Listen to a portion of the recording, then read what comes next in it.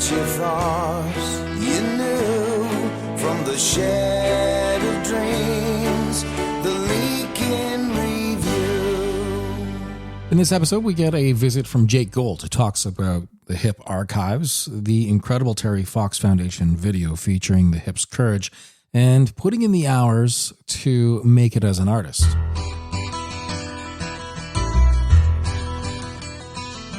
Where there's a heartbeat and a stage, there's an artist set to perform. This is the Leake in Review on tour. A few shows out there to add to your calendar. On tour brought to you by the Cats at the Pecan Artists Agency, connecting artists with audiences worldwide. Catch Cancer Bats in Southern Ontario starting on March 20th in Kingston, dates in Hamilton, Toronto, and London to follow. The Paul Langlois Band are playing St. Catharines on the 21st of March, and the Bar Brothers hit Fredericton on May 9th, and they'll be in Moncton on the 10th. And festival-wise, think about checking out the Tall Pines Festival, July 18 and 19 at Gull Lake Park in Muskoka, featuring Matthew Good, Moist, Strumbellas, and a whole lot more. Jake Gold joins the program. It is the Leake in Review. It's good to see Jake Gold again, fresh off vacation. Yeah, I was away for a week in Jamaica. I hadn't been there in like 23 years, I figured out. And thanks for having me, Jeff. The vacation is so underrated. I wish more people would do that because you can see the tension in some people, especially today. There's more tension in the world. I'm like, can you just go away for a week and just reset? You know, it's interesting you say that because I went with my girlfriend and I said, look, there's TVs in the room. We're not turning the TV on. Get out of the room. There, I said, I'm not even putting my cell on. Like, I'll be in Wi-Fi, so if I have to communicate with like a taxi driver or someone like that, or you and I need to communicate if we're in different places, or, you know, I said, or email if it has to do with, you know, arranging things while we're there. I said, but other than that, I'm in complete shutdown mode. And I haven't done that in years where it's like, just shut off. I was honestly just thinking of it the other day about, because we're so connected with so many things, the anxiety that we're bringing to ourselves as people that we don't even recognize. Like you could shut off your phone at home and go for 3 days and it would probably be better wellness for you. Regardless, we don't need to talk about this isn't the wellness report. No, but it's important. You got a lot going on. Jake Gold, obviously the Management Trust, and working with developing artists, working with artists who are icons, like the full range. And there's not a lot of people who want to work with that range today because they're almost different skill sets. What are you saying to young artists today who you're running into? And you've been running into young artists for your entire career. Yeah, I've been doing this for, I think, like almost 44 years now. So I'm going to be 67 in about a month, and I've been doing it since I was 23. You know, one of the things I don't think that has changed is, I think, first of all, you have to be great. You have to be better than great to be successful. I said, but you also have to have the work ethic, you know, and if you look at the successful artists over the years, even the current sort of younger artists today, where people go, where did that come from? Or where did they come from? Where did she or he or they come from? You realize that they've been at it for 10 years or more. Like, even if they're 26, they've been doing it since they were 16. And so you gotta have that work ethic. And I always like to say, you know, no plan B. Like, there is no plan B if you want to be successful in this business. And the other thing is that there are certain types of people that are meant to be artists. I like to call them the unemployables. Right. You know, if they couldn't have a real job, they're probably going to be great artists. I've said something similar to that, and it's like you need artists to be artist crazy. Right. There can't be a normalcy to them. They No. got to have an extra switch. Right. That's why they're on stage. That's why they're bringing all their gear across the country. That's why they're doing what they're doing while everyone else is working 9 to 5 or whatever they're doing. But to be successful, you have to, like you can't imagine the greats having a real job. Could John Lennon have had a real job? Could Bob Dylan have had a real job? For that matter, could any of the guys in the Hip? Probably not. Maybe one or two of them, but probably not. I manage the Pursuit of Happiness. Moberg teaches 2 days a week music production at Fanshawe College. I wouldn't call that a real job. Like he's not working 9 to 5, right? and he's doing something that he would be doing himself regardless. Right, because he's also a producer, right? So that's what he's doing. So I think that real artists have to create art. They don't do it for money. They don't do it for fame. They do it because they have to create. I was talking to Gord Downey once about a band, the Sheepdogs. Yeah. The Sheepdogs got on the cover of Rolling Stone magazine 10 years ago. They were looking, early. I think it was even before, really early in their career.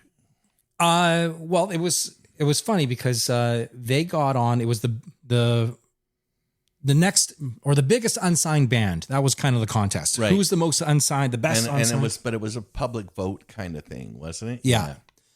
And I was heavily involved in that whole process from start to finish with the Sheepdogs.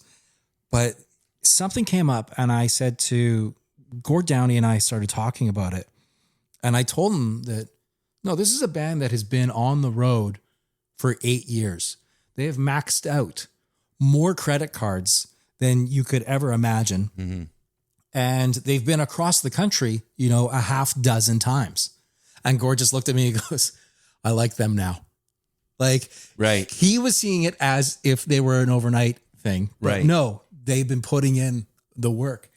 And I've said it lots about bands where when there is that little bit of an overnight thing and they get thrust onto that big stage, you can almost see the failure happening because they don't have the reps of being on the stage like the Sheepdogs had for 8 years before things got going.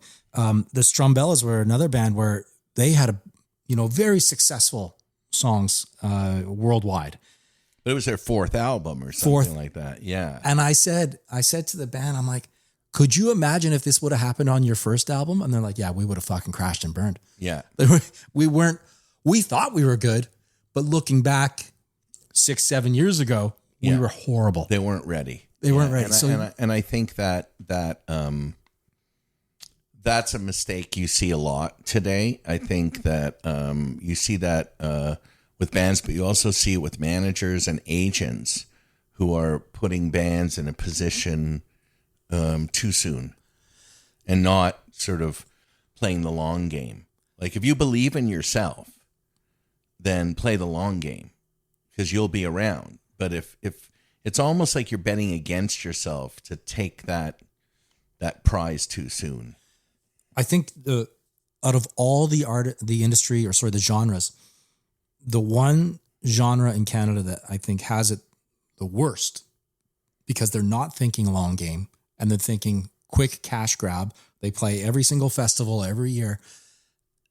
They have it the worst because their long game hasn't developed around touring. Mm-hmm. They're doing one-offs, and then you get used to that money if they're getting. Well, the other thing about festivals is you haven't really proven yourself as a hard ticket. And the way you make real money in this business is when people are paying to see you, not what we refer to as a soft ticket where they pay one fee and they get to see like 300 bands over 3 days. That's a soft ticket. A hard ticket is when they're paying that, $50, $75, $100.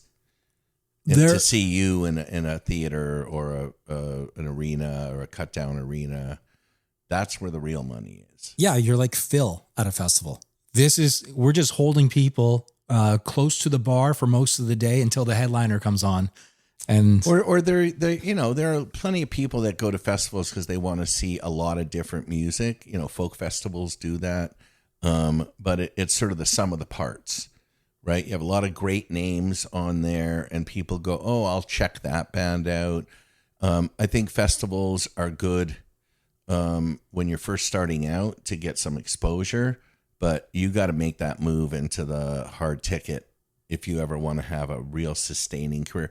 I mean, then there's some bands that just want to play festivals and they do it every year, but at some point the festival's going to go, yeah, we had you last year or we had you 2 years ago. We're looking for newer stuff now. And so you're not really in control of your own destiny if you're not making that step into hard tickets. When we first started working with the Hip, one of the things, Alan and my partner and I said was, we're not going to open for anybody. Like, we did a few opening act slots here and there, but we made it a point of not opening for anybody. Like, it was always going to be our show. And that way you knew your worth. Right. Exactly. Right off the bat. And then we could leverage that worth. Right. With promoters, with record companies, and say, hey, we're selling these amount of tickets ourselves. We're not like on the backs of anybody else. Today, there's a lot of discussion about radio has changed so much in how they program. I mean, the same radio station in Toronto is in every market across the country, likely programmed by one or two people. Oh, yeah. Not like... Well, one of the big chains is programmed out of Australia. That's where their consultant is. Right.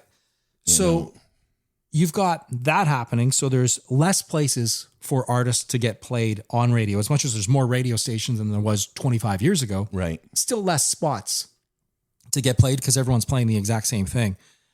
But the algorithms now with the digital service providers, a lot of artists are having a hard time breaking through because they can't get to that next spot. Yeah, I think that so much today depends on the artists doing the work themselves. I read a stat the other day. I think it's slightly off, but it said that 85% of the top 100 songs now are broken off TikTok. I think the number's probably closer to 70 or 75, but that's still a really high number.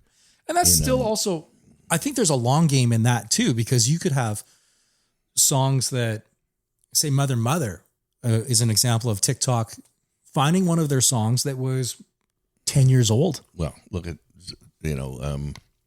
Fleetwood Mac, Sure. It happens all the time. We've seen that with Ahead by a Century. The songs from 1997. Right. Didn't you get a placement in like Brazil with what happened was we got a placement a bunch of years ago on Anne with an E, which was a TV show made here. It was on Netflix for a couple of seasons, and the opening credit sequence was to Ahead by a Century, and the show just happened to be really popular in Brazil. Wow. And so the song ended up having a life of its own. It's like, I think Brazil's our number 3 or 4 market right now. We've never been there, like obviously never played there, but then this past year, the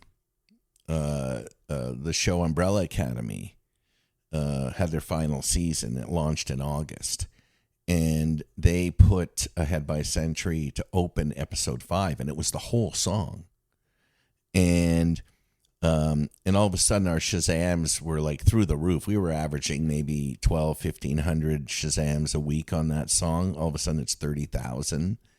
And what was really funny is on the Umbrella Academy socials, there were people saying, "Oh, what's that great song?" And people were asking, what's that song? And then, "Oh, I discovered this song." And then you'd see the N with an E people chime in, the Brazilians chime in and say, "We knew about that song 5 years ago or 7 years ago." Now they're like fighting over who discovered it first. And it's like, yeah, the song is like, 28, 27 years old. It's from the 90s, people. Relax. It's from the 90s, but that just tells you about great songs, great songs last forever, right? It's like, listen, it happened with Psychedelic Furs, right? Pretty in Pink was a song off, I think, their first or second album, and they decided to put it in that movie. Was it Pretty in Pink? Was it? Yeah, was the Breakfast Club or Don't You Forget About Me?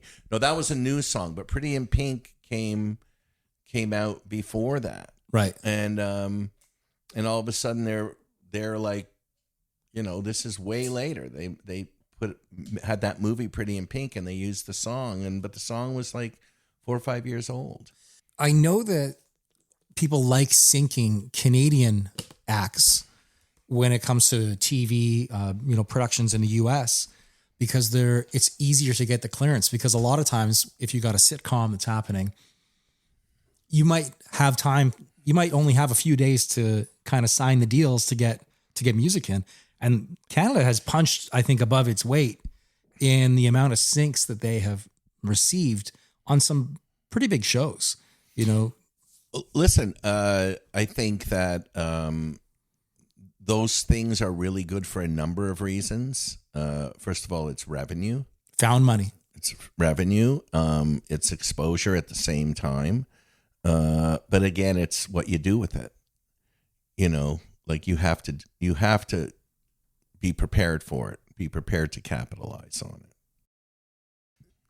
Let's talk then about what the Canadian Cancer Society did in their most recent campaign. It was the Terry Fox Foundation. It was, okay. Terry Fox Foundation. So tell me how that all went, because for one, and you would see it, I saw it, I shared a link to it, and people were reaching out to me going, "Oh my God, this is the most beautiful thing." Right. First of all, who reached out to who? Because the ad agency, they better win an award. So the ad agency reached out to our publisher at Peer Music and Universal Music, which is our record company. And were they looking specifically for that track, or were they just reaching out saying, "Hey, we got a campaign"? No. They had already basically said, "This is what we're doing." They wanted that track, and did they kind of already edit it? And it was ready to. It was like there was a kind of demo. Yeah, with most of the same footage, right? Because they had already shot the footage and everything. So this happened in the summer of last year, like August, I guess it was around then. And I saw it and I said, "Wow, this is really something." So powerful. So we were having a meeting, me and the guys in the Hip, and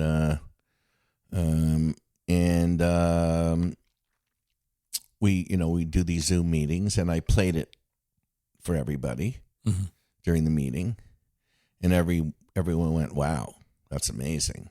Don't change a thing." Right. And we went back to them and said, "Yeah, let's not change a thing." Does this mean the Hip and yourself, everybody with management trust, will be doing the Terry Fox run coming up this fall? Yeah, I don't know about that. I mean, I'm now almost a year to the day where I got new knees. I had double knee replacement surgery, so I can do certain things. I don't know if I'm going to run a marathon. Don't you play tennis like 8 times a week? Yeah, 5 times a week, but that's not running a marathon. That's like short sprints, you know. And I didn't play for 5 months, so it took 5 months of rehab, and even the doctors and the physio was like, "You're recovering way faster than most people, but you got to put the work in. Like anything else, Jeff, you got to put the work in." I say that especially when you get older. I've seen it happen to people. They injure themselves. They don't do the therapy, and your body turns into cement. Like what you were doing 2 years ago is now never going to happen because you wouldn't rehab your shoulder. Right. You just don't do it. No, you got to do that. And you got to eat right and all that other stuff. Because thing about knees is like every pound you weigh is 4 pounds on your knees. So you gotta worry about that stuff too. So there was a guy that I worked with once, who he's at the office and he's wearing Crocs, like the gardening adult male showing up in a business. he's got, but he's got Crocs on. But those are, if you go to physio, they will tell you they're the best thing for your feet. So I said, hey, you got Crocs on, huh? And he goes, yeah, the doctor said it would be better for my knees than just regular shoes. Yeah. And I said, yeah, but that was probably like item number 10 on what the doctor said. He probably also said lose 150 pounds. Yeah. No, but I have friends who have had foot problems and they wear Crocs in their house all the time. You see them a lot in the hospitals. The doctors are wearing them because you're just standing on a cushion. Yeah. And chefs who are on their feet all day wear Crocs. So, we're not here to talk about Crocs. We're back on health and wellness. Health and wellness. But back to the Terry Fox thing. It wasn't lost on the guys. Obviously, always big fan of Terry and what he did. But it wasn't lost on the guys that, in some ways, Gord going across the country with brain cancer, juxtaposed against Terry going across the country with cancer, both trying to finish something they started, And so, and it didn't hurt that the political environment these days, coming out of the U.S. with Canada, it didn't hurt that, you had these two great Canadians, the Tragically Hip and Terry Fox, coming together for this great peace, and all at the same time that Canada is now being more united than ever, right? It's like, this, back to the song, courage, it could have come at a better time than a worse time, so. It's crazy how we've gone to a world where you have to pick red or you got to pick black.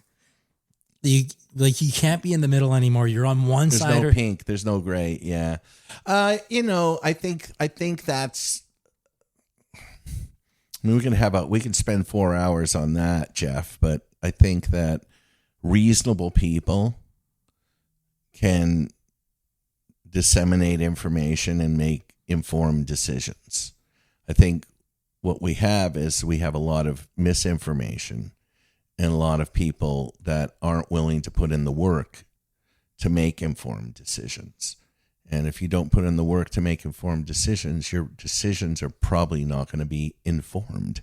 So I saw a great clip from the comic Bill Burr who said, everything is polarizing.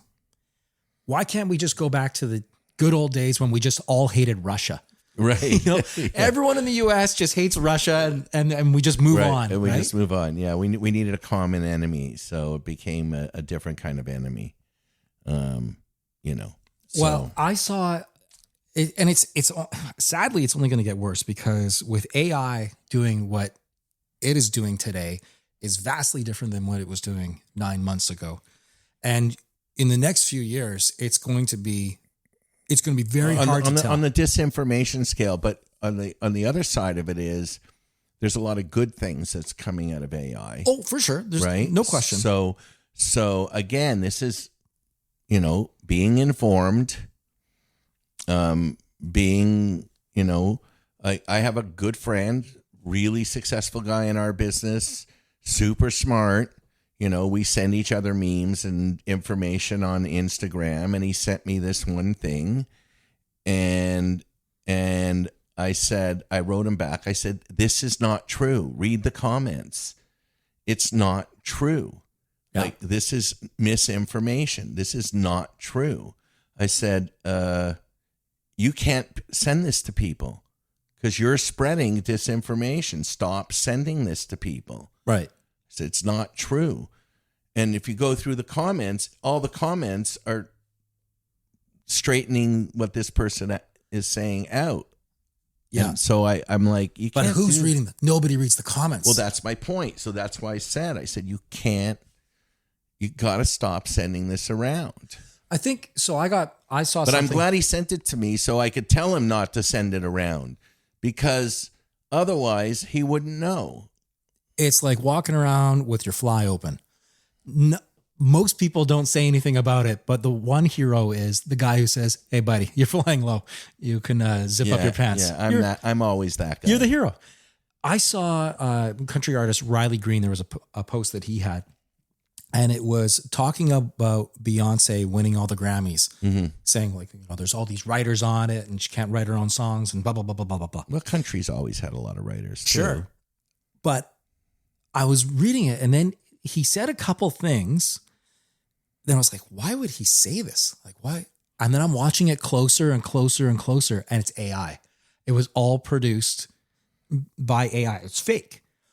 But I'm watching this thing. It took me a couple watches, and the only thing that flagged for me is, why would he say those things? Because it's so self-destructive. Well, in addition to the fact that if anybody saw Ken Burns's documentary on it was a 9-part series on the history of country music. Okay, did you see I haven't it? seen it. Okay, well, you should watch it. The history of country music. Guess where country music came from? Tell me. Black music Right. in the South. Sure. That's where it came from. And it's all documented. It's right there. And that's where country music came from. So for anybody to say, because Beyonce was a pop artist, right, that she shouldn't, be winning country awards, her direct descendant roots invented fucking country music. Right. Okay? So look at it. I think too. Look at the early black artists, the early black blues guitar players. Country music all came from there. I think the one thing that flagged with this Riley Green thing, though, to me, was because of some of the language he used. I'm like, even that sounds weird. So thankfully I caught it. But if they didn't use that language, and if they didn't make it so slanderous, it probably wouldn't have flagged so many people. I've seen a few that are kind of funny. Like, I've seen people do some funny ones. There was a recent one, Trudeau talking about Trump, and it was hilarious. And everyone knew it was fake, like, because you knew language would not be used like that. But, So talking about Beyonce and winning all the Grammys, Texas Hold'em, obviously very big. Great song. Great song. Lots of songwriters on the Beyonce album. I think it was like 57. Yeah. The Junos, A lot of songs on the album.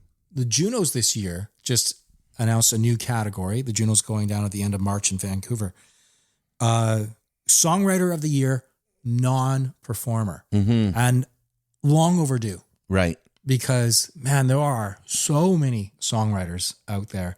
Songwriters that, if you look at royalty payments and statements that are coming out of SoCan, there's some people who are making a lot of money who you've never heard of. Well, and also a lot of people don't realize that there are even some that are performers who maybe aren't performing as much anymore.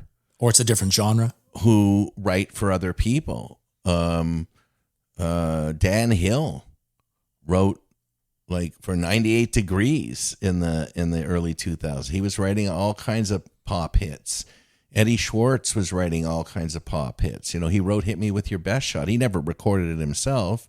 He was an artist at some point, and then he just became a songwriter. So there's been that going on for a long time. I think the Junos is right in now recognizing those people. I've always had an issue with some of the songwriter awards per se. They don't recognize bands. Right. I have an issue with that. Gord Downey once on Secret Path, I think it was, he got recognized for Songwriter of the Year. This was in his final days, that Junos. But that's performer. Right? Performer. But the band's never been recognized as songwriters. Ever. Right. Ever. By the Songwriters Association. They just recognized this year Greg Keeler and Jim Cuddy. Yeah. Right? As a duo songwriters. They've never recognized the Hip as a collaborative songwriters. And I have an issue with that. I think that, and I brought it up many times. It's like, do you have to be a solo person or do you have to be a duo to get recognized as songwriters? The Tragically Hip have written some of the greatest Canadian songs of all time. And sometimes it's the guitar riff, the tone of it, that one particular strum sparks the rest of the band. Well, if you've watched the songwriting. If you watch the doc, if you watch No Dress Rehearsal, and they talk about how the songs were born in the doc, about someone came in with a riff, someone did this, Johnny put a drum part on it, which elevated the song with a Lynn drum part or something like that. I mean, that's how songs get written. But they've never recognized them as songwriters, which I think that maybe they're moving forward. Maybe they're going to make it a change. Maybe they're going to start to pay attention to it. But, and I have nothing against Ron Sexsmith because I love Ron and he's a friend of mine and he's a great songwriter and he's always getting nominated and rightly so, right? But you never see a band get nominated that writes as a collaborative group. So highlighting an award that I like at the Junos, Songwriter of the Year, non-performer. Mm-hmm. There are two artists in this category this year who both wrote for the same track, plus an addition of 2 or 3 other songs. Mm-hmm. Right?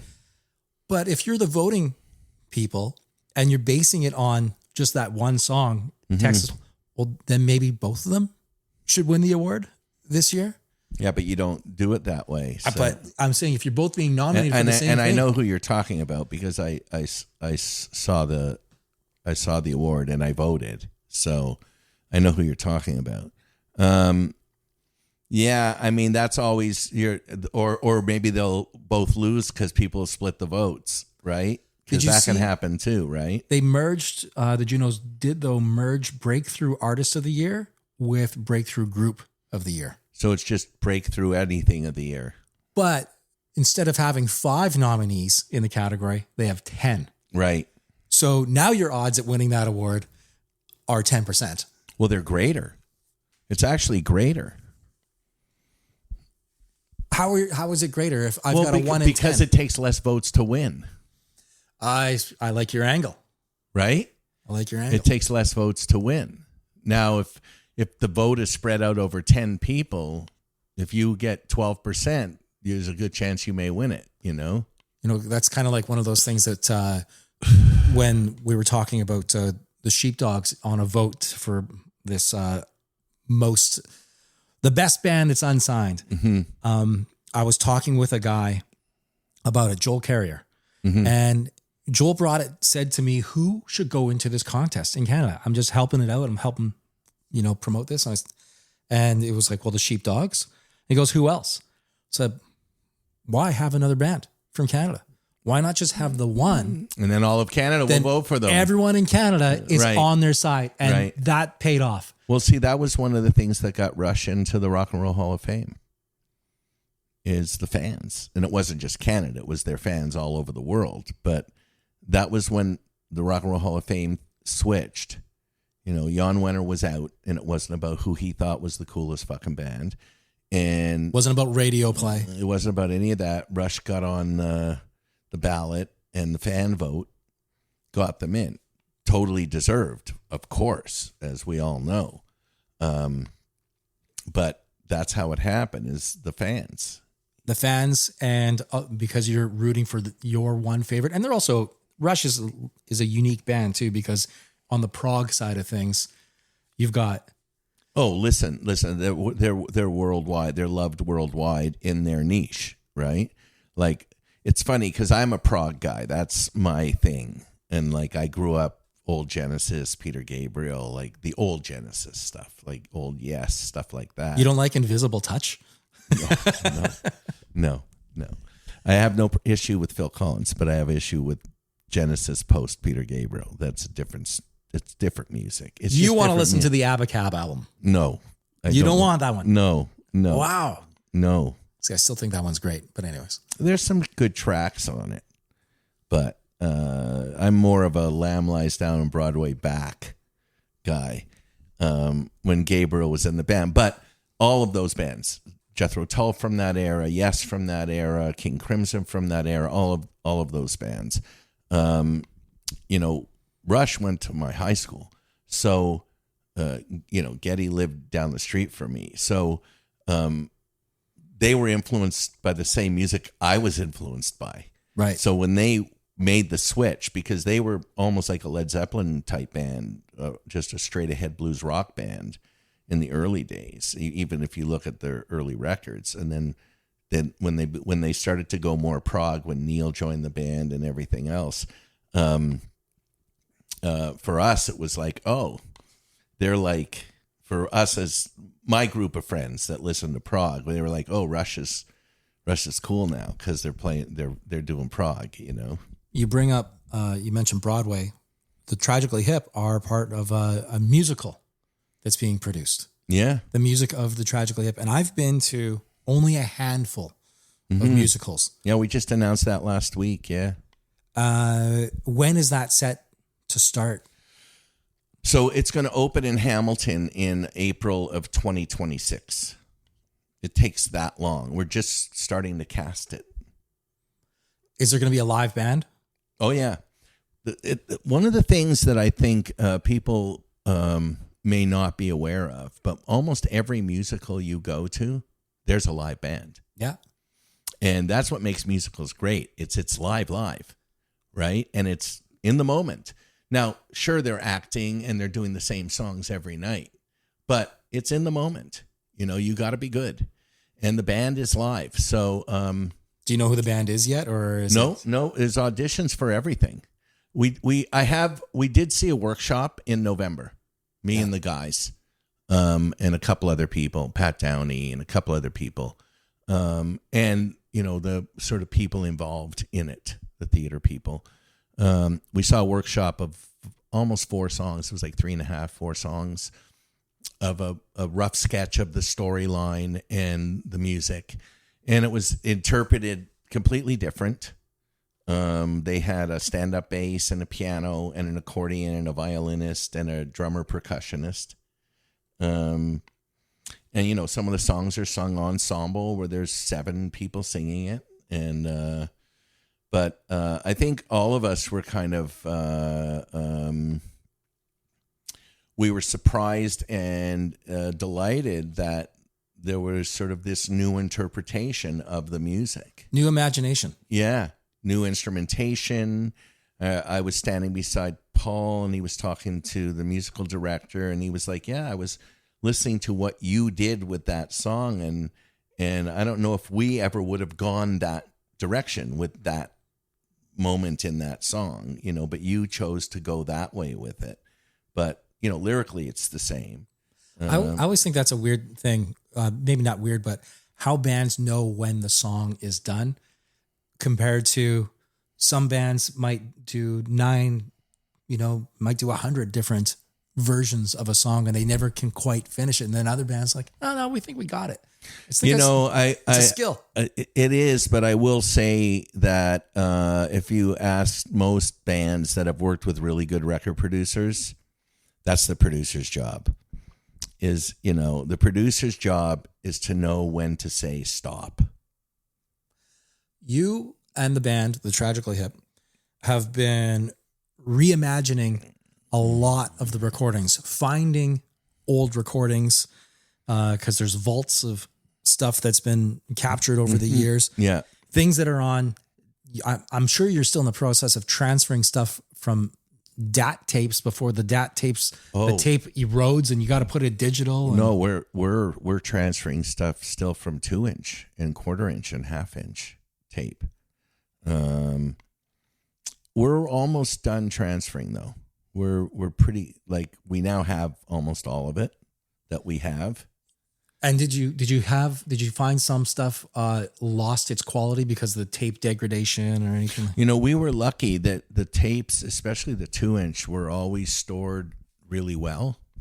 Yeah. And, you know, when It's got to be the right climate. The first thing we started with was back in 2000 when we found all the Road Apples tapes. And we were surprised how good quality they were. And one of the things you have to do with old tapes, you have to bake them. Literally, there's a special oven. Okay. That you put the tapes in to make sure that when you put them up on the reels, that all the I forget what it's called, doesn't come off on the heads of the machines. Oh, right, because it could just get scrubbed right off. Right off. So you have to bake it so it stays on. Could you imagine like some stuff like, hey, I finally found this old recording from the 60s of this artist. Let's put it on. And you just broke it. Right. You just rubbed it all off. Yeah. So you bake it and then you do your first pass. Right. And the first pass is when you transfer to digital. So the first pass is the best pass. Right. And that's the pass you transfer to digital. So we went to Revolution, which is not far from where we're sitting right now. Which sadly, I think is not going to be around Really? very much longer. Oh, I didn't know about There's that. a big building permit sign Oh no! out front. So if you want to use Revolution, start booking I it better today. talk to Sean because we have a few more 2-inch and stuff to do. But you use Revolution. You went in and that's where you did the remastering, or No, that's where we went in to do the transfer. So they had the machines, they had the ovens to bake the tape. Then you have to wait like 48 hours, and then they had the 2-inch machines to transfer to digital. And so we've been doing that as we go. We also transferred a lot of DATs from live shows, like hundreds and hundreds and hundreds of them. 1/2-inch, 1/4-inch, like digitizing everything, and it's all sitting on a digital database that can be, log in and listen to and check it out. And then we did the same thing with all the ephemera. We brought in an archivist. yeah. And built a huge digital archive of every T-shirt, poster, ticket stub, paper, you name it. Everything, every guitar. We took pictures of every guitar, every drum, and it's all in an ephemera archive. Well, I love all the repackaging that you've been doing with the hip, and Jake just brought in the Up to Here, the Tragically Hips. Was it That's the box set. was that 90? I'm trying to think quickly. 89. 89. Just released last year. It's 35 years old. Yeah, last year. There's always another anniversary that's coming with the Tragically Hip. Well, I know we're running out of them though. I don't know. We did Road Apples. We did Fully. We did Phantom Power. Now we have Up to Here as a box. There's a few left, 2 or 3 left we could do that we feel are worthy of doing them. And we have the music to fill it. And the audio version of This Is Our Life. Yeah. Why don't you get Robbie on that? Yeah, there you go. Well, listen, always lots to talk about with Jake Gold, the Management Trust, new stuff happening all the time in his world of music. And I appreciate you for swinging by, but more importantly, for being a pal all this time and keeping things going. Thanks for having me, Jeff. You got a nice spot here. I'm sure you enjoy your time in here. The Shed of Dreams. It gives. Yes, it continues to give and give. And Olive, of course. Yeah, Olive, our security dog, all 11 pounds of her. Yes, she's great. Thanks for doing this. Thanks for having me.